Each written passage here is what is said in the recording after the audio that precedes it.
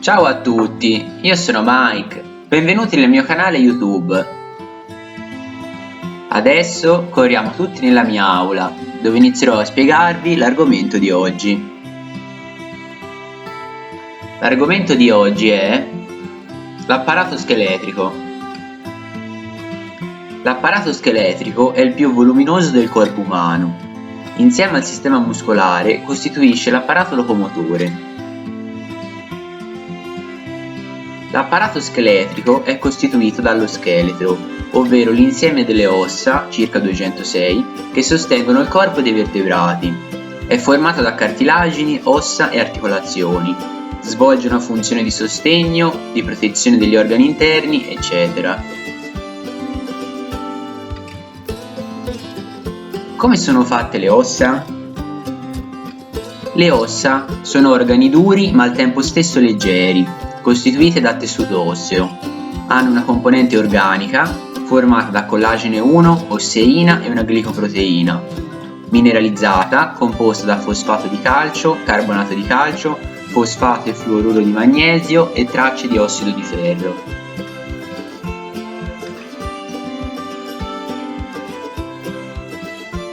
La parte minerale delle ossa viene costantemente rinnovata da due tipi di cellule al loro interno.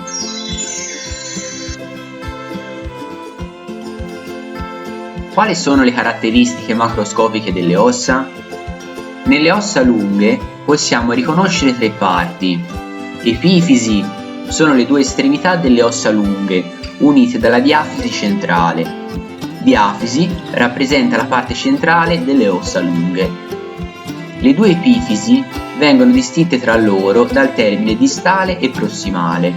Il concetto distale si applica alla parte di un organo più lontana dal centro del corpo, quello di prossimale alla parte più vicina.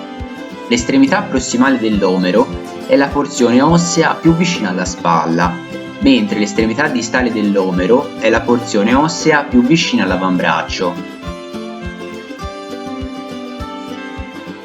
Nel tessuto osseo spugnoso delle epifisi delle ossa lunghe e nelle ossa brevi e piatte si trova il midollo osseo rosso.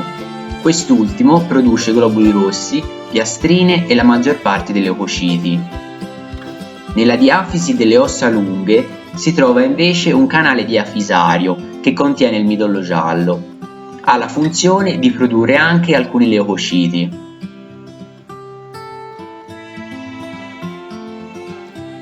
Come vengono classificate le ossa?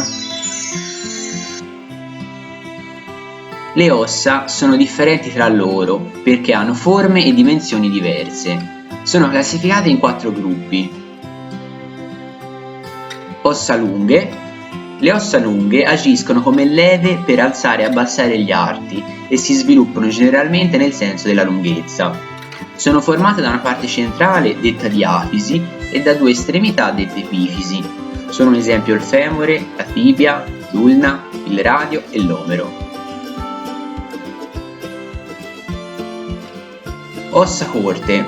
Sono quelle ossa che hanno la caratteristica di essere più larghe che lunghe.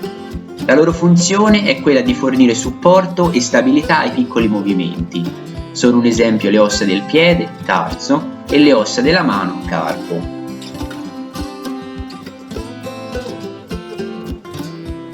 Ossa irregolari.